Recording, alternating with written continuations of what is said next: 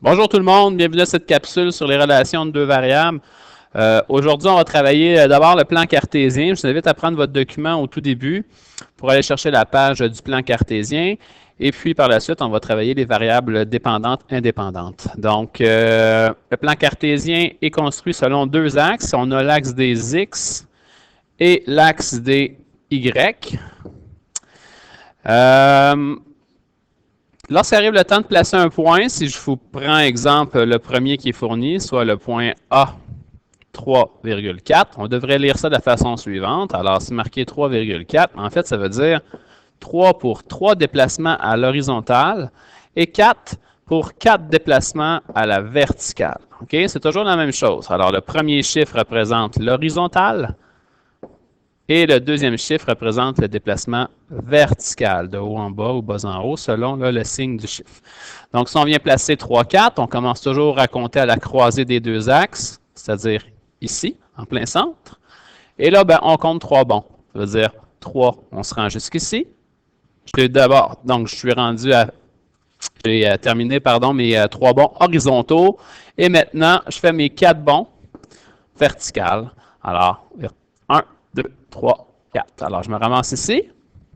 C'est juste pour le bien du document, pour pas qu'on ait des points partout, juste effacer mes traces et identifier mon point que je viens de placer, qui est le point A, 3,4. On pourrait en placer quelques-uns. Encore. Alors, 5, 1.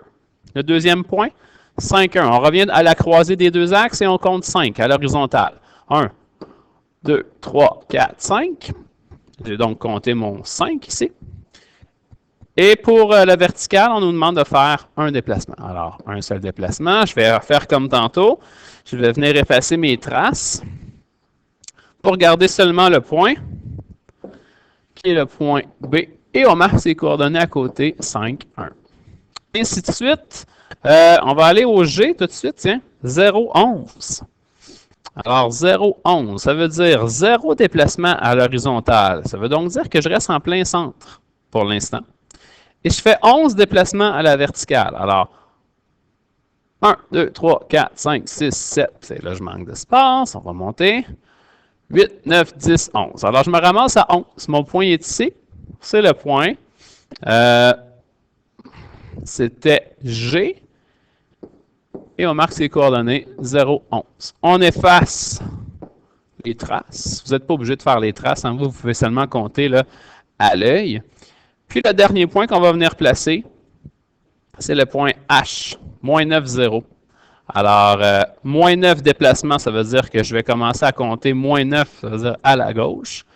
1, 2, 3, 4, 5, 6, 7, 8, 9. Et je fais monter de 0 déplacement, ça veut dire que je reste en plein où est-ce que je suis rendu présentement. C'est le point H, moins 9, 0. Parfait. Alors, j'efface mes traces. Et j'ai terminé de placer mes points. Alors, on peut tout de suite aller sur la page suivante pour parler des variables dépendantes et indépendantes.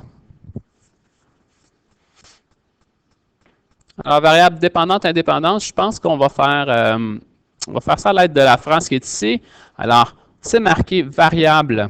C'est pas marqué, mais je te demande de le faire. Variable dépendante ici, c'est toujours représenté par la variable Y. Et la variable indépendante, qui est toujours représentée par la variable X. On parle de variable, c'est que dans les problèmes qu'on va vous proposer, exemple ici, en A, si on fait la lecture du problème, on va remarquer qu'il y a deux quantités qui varient. OK, varient, ça veut dire qu'ils changent, qui peuvent changer.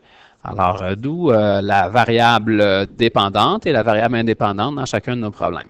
Premier problème, on fait la lecture. Nous nous intéressons au montant final de la facture pour l'achat de planches de bois, se vendant 2 $ l'unité, sachant que la livraison est à un coût fixe de 10 $. Alors, le coût fixe de 10 $ ne changera pas, ne varie pas. Les deux quantités qui peuvent varier dans le problème, on va les identifier en vert, ce sont le montant final de la facture qui va changer. Et qu'est-ce qui va faire que notre montant final de la facture va être élevé ou pas? Ça sera le nombre de planches de bois que nous achèterons. Alors, dans ce problème-là, j'ai mes deux variables qui sont en vert. Maintenant, ce qu'on vous demande de faire, c'est d'identifier, juste ici sur la ligne en dessous, quelle variable joue le rôle de la variable dépendante et laquelle joue le rôle de la variable indépendante. Alors, pour ce faire, on utilise la phrase qui est en haut et on fait un essai. On peut y aller au hasard, on peut y aller avec ce qu'on pense qui est le meilleur, là, c'est pas grave. Alors, moi, je vais y aller dans l'ordre. Je vais venir inscrire ici montant final de la facture. Puis le nombre de planches de bois, je vais venir le mettre sur la deuxième ligne. Une fois que ça c'est fait, je lis ma phrase. Alors, ça fait quoi comme lecture? Je commence ma lecture. Ça serait montant final de la facture, qui serait écrit ici. Alors, montant final de la facture est influencé par le nombre de planches de bois. Est-ce que c'est logique de dire la phrase dans ce sens-ci?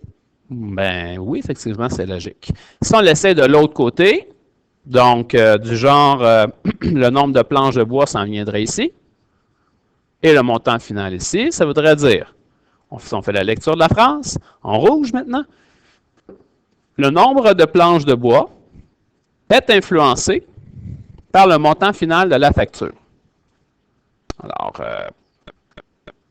le nombre de planches de bois n'est pas influencé par le montant final de la facture. Le nombre de planches de bois, ben, il est influencé par le projet qu'on fait, c'est-à-dire si on construit une remise ou si on construit une maison, on n'aura pas besoin du même nombre de planches, évidemment.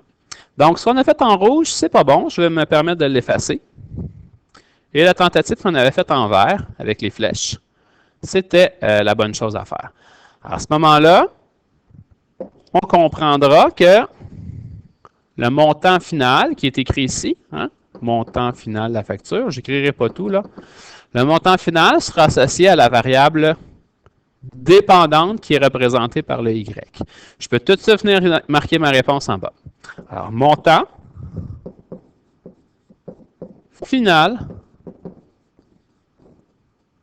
de la facture. Tandis que de l'autre côté, la variable dépendante, ça sera le nombre de planches de bois achetées. Et c'est important d'être précis dans notre identification de variables. Et c'est tout. On va passer la partie là, de la table de valeur et du graphique. On la fera pas dans la capsule. Et vous avez maintenant de la pratique à faire dans les pages à venir pour pratiquer les variables dépendantes et indépendantes. Merci beaucoup. Bonne journée à vous.